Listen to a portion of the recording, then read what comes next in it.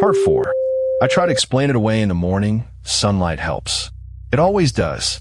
Fear that feels enormous at 3 in the morning shrinks down to something manageable once the sun comes up and the birds start making noise outside your window and the world remembers to be ordinary again. I told myself there had to be a logical explanation.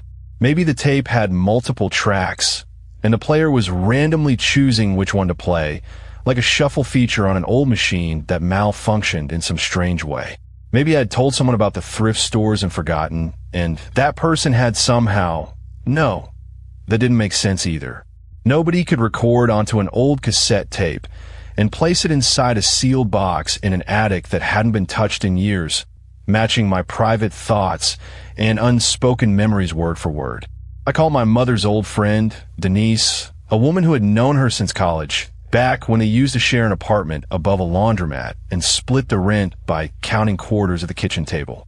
I asked if she knew anything about a cassette tape my mother might have recorded before she died, maybe as some kind of final gift. Denise sounded confused. She said my mother hadn't mentioned anything like that, not once, and besides, my mother had been in the hospital for the last 6 weeks of her life, far too sick and far too heavily medicated to be organizing secret recordings, let alone smuggling a wooden box up into an attic she could barely climb stairs to reach anymore. That should have scared me more than it did. Instead, some strange, hopeful part of me wanted to believe it really was magic. That my mother had found some way to reach me from beyond, to keep talking to me, to keep being my mother even after death, defying every rule of biology and physics just to stay a little longer in my life. Grief makes you want to believe in impossible things.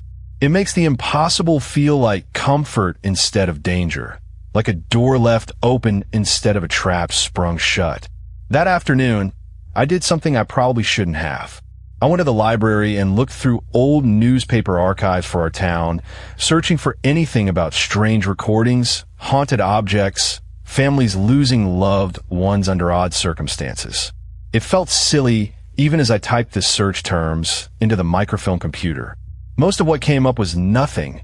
Obituaries, church bake sale announcements, a decades-old article about a house fire 2 streets over from where my mother used to live. But one small clipping caught my eye. It was from almost 40 years ago, barely 2 paragraphs long, buried on page 9 of a local paper that didn't exist anymore. The headline read, "Local woman's death ruled accidental after months of strange behavior." The article was thin on details, the kind of vague small-town reporting that leaves more questions than answers, but mentioned a woman named Eleanor Voss who had, according to neighbors, become withdrawn and obsessed with an old recording in the months before she was found dead in her home. No cause of death was listed. The article ended abruptly, as if the reporter had been told to stop asking questions. I stared at that clipping for a long time. I told myself it meant nothing. Coincidences happen. Old towns have old tragedies, dozens of them, buried in every issue of every dead newspaper. But I wrote down the name anyway, Eleanor Voss, on a scrap of paper I folded into my pocket, and I didn't throw it away for a long, long time. I decided to listen again that night. I told myself I needed to understand it, to know what it was before I could decide whether to be afraid. I think, really, I just wasn't ready to stop hearing her voice yet, and I was looking for permission to keep listening. Part 4.5. The house on Larkspur Street before that, though curiosity got the better of me one more time. I found the old address listed for Eleanor Voss in a city directory from decades ago, and I drove past on my lunch break the next day, telling myself I was just being thorough, just closing a loop, nothing more. The house was still standing, a narrow 2-story with faded blue siding, a chain-link fence around a yard gone to weeds. It looked ordinary, sad, maybe the way old houses look when nobody has loved them a long time, but ordinary. An old man was raking leaves next door, moving slowly, the way people move when their bodies have started arguing with them. I parked and walked over, feeling foolish before I even opened my mouth, and asked if he'd known the woman who used to live in the blue house. He stopped raking, He looked at me for a long moment, the way you look at someone when you're deciding how much truth they can handle. His name was Walter, and he told me he'd lived on that street his whole life, 71 years, and that he remembered Eleanor Voss the way you remember a storm that passed close to your own house without quite touching it. He said she'd been a normal woman once, cheerful, always waving from her porch, always bringing over extra vegetables from her garden. Then, in the last year of her life, something changed. She stopped coming outside during the day. Her lights would be on at strange hours, 3, 4 in the morning, and Walter's late wife used to hear, very faintly across the yard on quiet nights, the sound of a woman talking to someone in an empty room. Talking like a conversation, he said, leaning on his rake. Back and forth. Except there wasn't ever anybody else in that house with her. Not after her husband passed. Just her and the girl. I asked about the girl. Margaret. Walter's face did something complicated, somewhere between sadness and something older and more careful than sadness. She stopped going to school, he said. Then Eleanor was gone. Found her in the kitchen one morning. They said, though nobody in this neighborhood ever believed the official word on how it happened. And the girl. He shook his head slowly. The girl was gone before the funeral. Family came and took her, people said. Relatives from out of state. I never saw her again after that, and neither did anybody else on this street. Not once, not in 71 years. You'd think a person would come back, even once, to visit a grave. She never did, or maybe she never could. I thanked him and walked back to my car on legs that didn't feel entirely like my own. I did not sleep well that night, long before the tape ever spoke to me about it directly. Something about the phrase, or maybe she never could, followed me home and sat in the passenger seat the whole drive back, and it has never quite gotten out of the car since. Part 5. The voice learns my name that night's recording started the same way. Static, then her voice. Sarah, it said. You called Denise today. She doesn't remember me telling her anything, does she? That's all right. I never told anyone about you and me.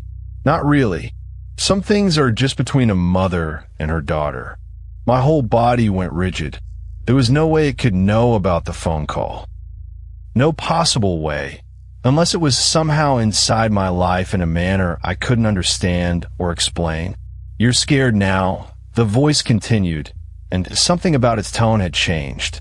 It was still my mother's voice, exactly her pitch, exactly her softness, but underneath it there was something colder, something patient, the way a predator is patient, waiting in tall grass for the exact right moment. You don't need to be scared, sweetheart. I just want to keep talking to you. Isn't that what you wanted? Didn't you want one more conversation with your mother? Didn't you pray for it some nights after I got sick? Didn't you lie in bed and beg whatever's listening to just let you talk to me one more time? I had. God help me, I had. I had prayed exactly that more than once in the darkest weeks after the diagnosis, when I understood for the first time that she was actually going to die and there was nothing anyone could do about it. I had never told a single living soul that I prayed that. I had been ashamed of it. Somehow, like wanting more time was a selfish, greedy thing to want from God. I know things now that I never knew when I was alive, the voice said. I know you didn't visit me as much as you wanted people to think those last 2 months. I know you cried more about missing work than about missing me some days, and then you hated yourself for it in the parking garage before you came inside. I know you feel guilty about that. You don't have to feel guilty. I forgive you. I forgive you for all of it, sweetheart. Doesn't that feel good to hear? Doesn't that feel like exactly what you needed? That was too much. I reached for the stop button, my hand hesitating over it for one long, terrible second. Some deep, animal part of my brain told me not to touch it, not to interrupt whatever this was, that interrupting it might make it angry. And then I slammed my palm down, and the tape cut off mid-sentence with an ugly mechanical screech that didn't sound like any tape player malfunction I had ever heard before. It sounded almost like a scream, cut short. I sat there panting in the dark, my heart slamming against my ribs. The things it said, They were true. All of them. Things I had never told a living soul. Things I was ashamed of. Things I had buried so deep I barely admitted them to myself in the privacy of my own head. This wasn't a recording of my mother's love. This was something else wearing her voice like a mask, something that had access to the inside of my mind in a way that made my skin crawl to even think about. I threw the tape and the boombox into a garbage bag that night, tied it shut in 3 separate knots, and put it out on the curb before I could talk myself out of it. Part 6. It comes back 3 days later. I opened my apartment door to leave for work, and the garbage bag was sitting on my doorstep. I hadn't touched it. I had watched the garbage truck take it away myself, standing at my window with my morning coffee, feeling relieved as it disappeared down the street with a hydraulic groan, feeling for the first time in days like I could breathe normally again. But there it was. Same bag. Same 3 knots. Inside, the boombox and the tape, completely undamaged, like nothing had ever happened to them. No crushing, no compacting, not even a dent from the truck's mechanism. I should have thrown it in a river. I should have driven 2 hours out of town and left it in a dumpster behind a stranger's business, somewhere it could never trace back to my address. Looking back, I know that now. But something about finding it on my doorstep, untouched, waiting for me like a loyal dog that had somehow found its way home across an impossible distance, made me feel like fighting it was pointless, like it had already decided I would listen again, and there was nothing I could do to stop that from happening eventually. Like this had already happened before, to someone else, and the ending was already written. I carried the bag inside. I didn't unpack it right away. I let it sit in my closet for almost 2 weeks, and during those 2 weeks, strange things started happening around my apartment, small at first, then less small. I would wake up and find the bathroom mirror slightly fogged, like someone had just taken a hot shower, even though I lived alone and hadn't showered yet that day. I would hear very faintly at the edge of sleep a sound like a cassette tape rewinding, the little whirring clicks of the reels turning backward, coming from somewhere inside the walls, or maybe from inside my own skull. I genuinely couldn't tell anymore. Once, I found a single strand of gray hair on my pillow. My mother had gray hair threaded through with white near the end. Mine is dark brown, no gray at all, not at 26. Another night, I woke at exactly 3:17 in the morning, a time that would come to matter very much later, to the smell of my mother's perfume filling my bedroom, so strong and so specific that for one half-asleep second, I genuinely believed she was standing at the foot of my bed. I sat bolt upright, heart pounding, and there was nothing there, just the smell, fading slowly, like she had walked through the room seconds before I opened my eyes, and I had simply missed her by a heartbeat. I started sleeping with the lights on. I started avoiding my own apartment, staying late at work, go to my friend Priya's place instead of going home most nights. But apartments cost money, and eventually you have to go home. Part 7, Priya doesn't believe me until she does. I told Priya everything one night over wine at her kitchen table, half expecting her to tell me I needed therapy, which honestly might have been the correct response given how I sounded even to my own ears. Instead, she got very quiet.